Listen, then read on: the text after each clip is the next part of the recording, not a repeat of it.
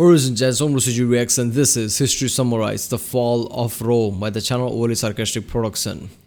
Yeah, Rome in one form or another has been around for a while. Kinda seems like it was going to last forever, like it was basically immortal. Yeah, but I mean 1,000 years as long. Well, bad news for everyone involved. Rome goes bye-bye just like all the other empires in world history. So let's talk about when, how, and why Rome fell. Yeah. I watched Doherty's series, 20-part series, Unbiased History of Rome. Obviously, it was unbiased history, so, take it with a grain of salt, but still, I'm pretty sure I got the gist of it. The Roman Empire was just badass, basically, 1,000 years.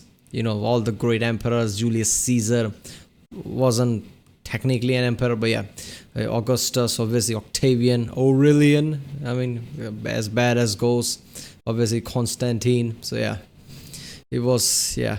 I've never reacted to any series where by the end of the series I was so invested in it, like I was in that Unbiased History series. So yeah, if you haven't seen them, check out the cards, playlist I created for it, Unbiased History Roman, something like that. So yeah, this is gonna be fun. I wrote quite a few Overly Sarcastic Production videos already. If you haven't seen them, check out the cards, the playlist I created for it, Overly Sarcastic Production reactions, something like that. I'll upload lots of videos in 24 hours, so you might not have got a notification for some of the videos. So check out, it's all there. Check out the playlist too, like CGP Grey, Real Life Lore, Gus Gazard in a Nutshell, Internet Historian, Tier Zoo. And yeah, let's watch this one. No matter when you go, Rome is a great city to visit because you can see all 4 seasons. Winter, spring, summer, fall. Oh no. The collapse of Roman civilization is as soon as he started saying the winter, I'm like, oh, okay, he's gonna talk about fall. Do you buy Audible? More on that later. There's a lot to unpack with the fall of Rome. Why it happened, when, and even if are hotly debated questions, and the academic discourse can start to sound like a game of Clue. When it happened, we knows when it happened. What do you mean by when and if? I think people are talking about Byzantine Empire, like it's not really fall since Byzantine Empire survived. This Byzantine Empire was not the Rome.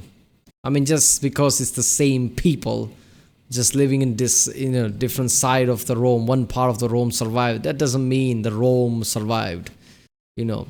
First of all, Rome wasn't part of the Byzantine Empire anymore. The ideology changed, If you just say the same people, we are all Africans, does that mean every empire was an African empire? No. So yeah, it wasn't a Roman Empire. And why Roman Empire fell? Well, basically, backstabbing, basically all the stupid politics, yeah.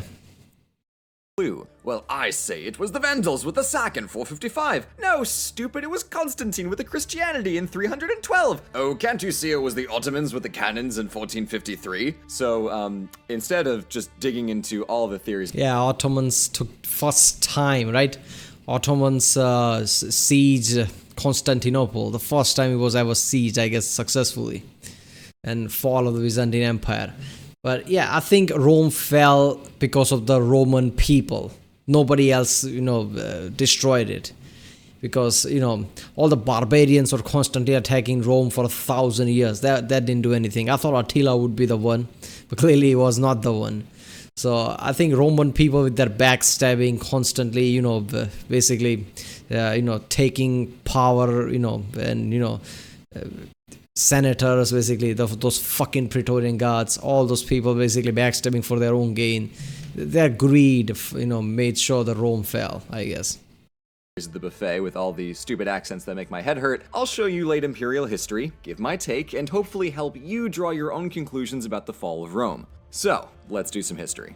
After the reign of philosopher King Marcus Aurelius at the tail end of the idyllic Pax Romana, his delusional and violent son Commodus found his death at the end of a blade, and the subsequent imperial succession became uncomfortably swift. One emperor was murdered by the Praetorian Guard, who auctioned off the position to someone else, who was then ousted by another emperor, who had to go and fight off another would-be pretender to Seriously, Praetorian Guards were supposed to protect the emperor, kill the emperor, and auction off the seats, and everybody's like, oh, fine, there's nothing with this. How the fuck does that happen though? That was just so stupid. When, Unbiased History, Doherty said that, I was like, is he making a joke? No, this really happened. the throne, and it's a whole lot of that for 100 straight years. I actually counted, and of the 30 emperors, only 5 died of natural causes during what would come to be known as the crisis of the 3rd century. In the middle of all that assassinating, there were also civil wars going on between rival generals seeking land and power, a concept not unfamiliar to Romans. To pay for all of that military might, generals and emperors gave massive bonuses to their armies, which immediately caused runaway inflation that destroyed the Roman economy. It also really didn't help that Rome had to deal with the Goths and Frankish tribes moseying in from the north, the Sassanid Persians invading from the east, and also the empire casually split in 3. Britannia, Gaul, and Hispania broke away, and then Egypt and the Levant went rogue, sending the ghost of Augustus into a panic due to his literal worst nightmare coming true. It was a very bad time. Amid all the murdering, the sucker at the top of the proverbial dead pool was always just Rome. Written wills show pervasive doom and gloom, and nobody made public works because there's no money, and also if the world was going to hell, what's the point? I also feel like it's probably implied, but I think I should probably just clarify that cities were getting sacked all the time. So, to recap, 2 invasions, 2 rogue states, 2 plagues, which I hadn't even mentioned earlier, but that was also going on, emperors murdered biannually, runaway inflation. You might reasonably expect the Roman world to shatter into pieces any minute now. Hi, Emperor Diocletian here for Flex Tape, the super strong crisis-proof tape. Right here we've got the Roman Empire. That's a lot of damage. Let's seal it with some reforms. Diocletian's big change was the institution of the Tetrarchy, which split the administration of the empire between Okay, what the fuck? Diocletian saved Rome. What? It was Aurelian. One of the most badass, if not the badass Roman emperor there ever was. I really thought Rome was about to fall with all the crises, and Aurelian came and it was literally like last second saved entire Rome. I think I know what he's talking about here. All the, the different type of things that Diocletian implemented. Sure. But Aurelian saved Rome. Alright? The badass emperor with the mask thing. I don't know why they always show him with the mask. Aurelian saved Roman Empire. Between 4 territories, ruled by 2 senior Augusti and 2 little Caesars. I'm not even kidding. Yeah, what's with that, man? I don't understand that. At the start, whenever, Ave me Caesar, so that means, make me emperor or something like that, or, I claim myself to be emperor or whatever. After, centuries basically, by the end, Ave me Augustus, so I'm emperor, and then Ave me Caesar, so I guess he's in the second of line. When did Caesar got, demoted like that? At start, he was like, Ave me Caesar. So, he's like, okay, so he's emperor. Then if you say Ave me Caesar later on, it's like you're second in power, it's second in line, I guess. First one is Augustus. Things much more local, where government could be more effective across an objectively way too big empire. Some of his reforms were less effective than he might have hoped, and some of his reforms were murder more Christians, so the man's a mixed bag for sure. Diocletian eventually retired from being emperor in 305 to go farm, which would be hilarious if it wasn't actually a culturally monumental gesture to relinquish power after a crisis and return home in direct emulation of the early Republican hero Cincinnatus. But also, like, come on, what a power move to just retire from being emperor. One thing Diocletian really didn't count on was that in his absence, the Augusti and Caesars would immediately start fighting civil wars with each other. Oh no, how could this shocking twist have happened? We never saw this coming. In an honestly refreshing return to form where Rome's biggest enemy is just itself, the Western Augustus by the name of Constantine got to conquering his rival tetrarchs. What happens next is exactly what you expect. In the fight for control of Italy... That's what happens next? Being the only drawn character. I'm pretty sure Constantine is damn famous. Even the people who don't know anything about Roman Empire would know the word Constantine. So, yeah. Next is exactly what you expect. Also that symbol thing, the Roman Emperor symbol. For entire, Unbiased History series, I don't know why I was waiting for the symbol to come. Like, why is the symbol thing is not coming? I'm forgetting the name for that. Because everywhere I see, whenever the Roman Empire is, talked about, Roman people, walking around with that symbol on the staff is always there. So I'm like, that must be part of Roman Empire, but it never came. But then I realized, Constantine came up with that symbol. Yeah. In the fight for control of Italy and North Africa, he received a vision from an angel telling him to paint the symbol of Christ onto his army's shields. Now, There it may you go. sound crazy, but let's be real, if it's the fate of the empire, you're not in the business of saying no to angels. So he got a paintbrush and took what Bob Ross said about creating your world slightly too literally, winning the Battle of the Milvian Bridge in 312. It's unclear on whether or not Constantine fully converted to Christianity, but whatever the case, he was convinced enough that he legalized Christianity throughout the empire in 313 with the Edict of Milan, ending nearly 300. Pretty sure in Christianity he's a saint, right? Saint Constantine or something like that. I'm pretty sure he's a saint by now. So whether he worshipped Christianity or not, if you become a saint, I'm pretty sure you're Christian. Years of persecution. And he did this with the classic Roman trick of syncretism, connecting Jesus to a Roman solar deity in loads of commemorative iconography. No joke, there was a solid century where Jesus was rubbing shoulders with Jupiter and everybody was cool about it. But the eastern part of the empire was still controlled by people who made the crucial mistake That of is politics basically. If you want your people to be Christian, I mean, you can't just say worship, Jesus. No, that's not going to work. First, you smooth into it, like Jupiter and Jesus side by side. Slowly, you do that.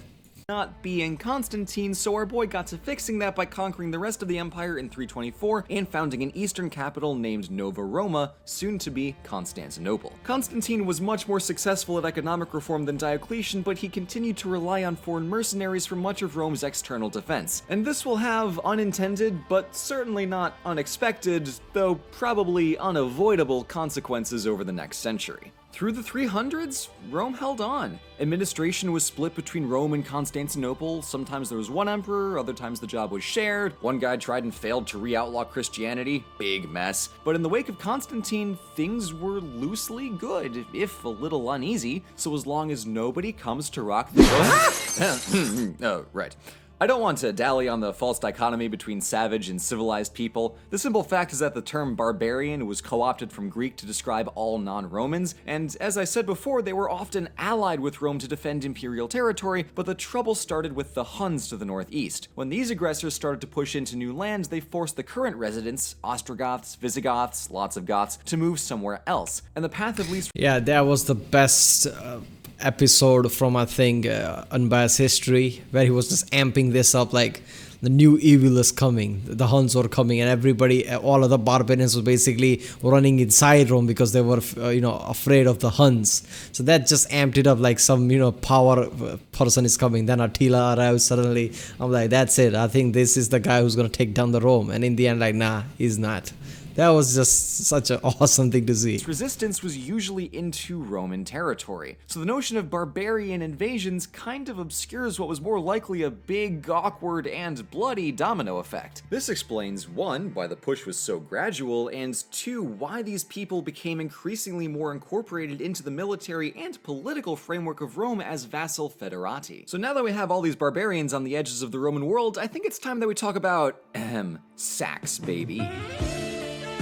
Among other things, in the early 400s, huge populations of Ostrogoths, Franks, and Vandals hopped the wall in Gaul to accelerate Rome's fall, while the Eastern Empire had politely asked the Visigoths to go bother the West for land instead. In 410, those Visigoths made their request to Rome by means of rolling up to the city and promptly sacking it. This is what we historians call an oh shit moment. The damage to Rome was actually minimal, but the notion that the ancient capital was now in striking distance was frankly horrifying. I mean, foreign adversaries aren't supposed to be able to just march on Rome, only disgruntled Roman generals are allowed to do that. Come on, people. Traditions, they're important. In the following decades, Western territory slowly fell away as barbarian tribes converted Roman provinces into their own kingdoms. By far the scariest of these were the Huns, top of the barbarian food chain, who had arrived on Rome's doorstep in 452, hell-bent on conquering the whole empire. In comes Pope Leo III, who rode out to meet their leader Attila and persuade him with either 1, words, 2, the well-timed apparition of a couple archangels, or 3, the simple jingling of some gold coins to kindly not destroy our empire, thank you very much.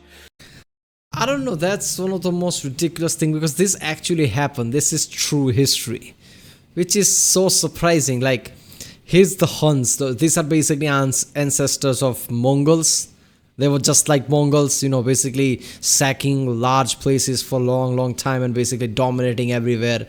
And they come here, after long awaited, about to conquer Rome, which nobody has done before, like this at least.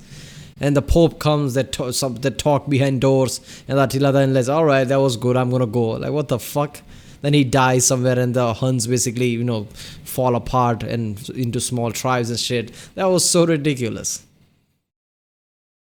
Please. To literally everyone's surprise, Attila was convinced and withdrew from his campaign to get married and then instantly die.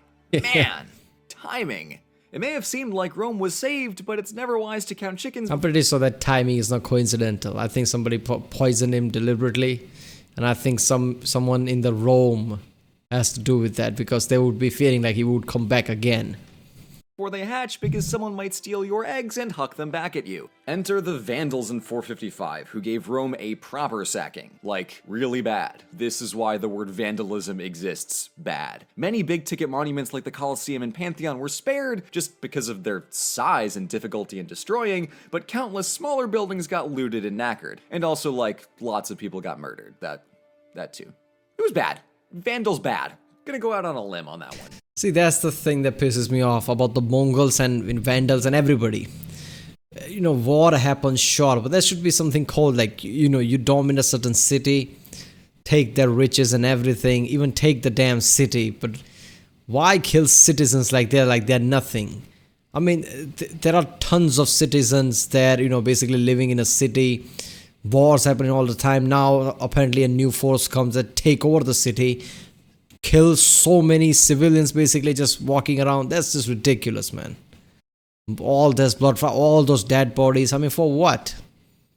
I mean, you came there for riches, you came for the city. Take the city, I guess. Take the citizens as, I don't know, merge them into your tribe or something, whatever. Even, I don't know, take them as slaves, if anything. But killing them, murdering them all, that's just weird. Mongols did the same shit. All these barbarians did the same shit. This used to happen a lot back then. Tons and tons of people die in masses. With all this talk of things going terribly for the western part of the Roman Empire, what about the east? Well, Emperor Theodosius left it in his will that his two sons would each inherit half of the Roman Empire. In other words, to show you the power of local bureaucratic delegation, I sawed the Roman Empire in half. He also outlawed paganism and mandated Christianity as Rome's official religion, but that is a big can of worms that Constantine would have been very upset by, so let's stick to imperial geopolitics. The easy stuff. Oh boy.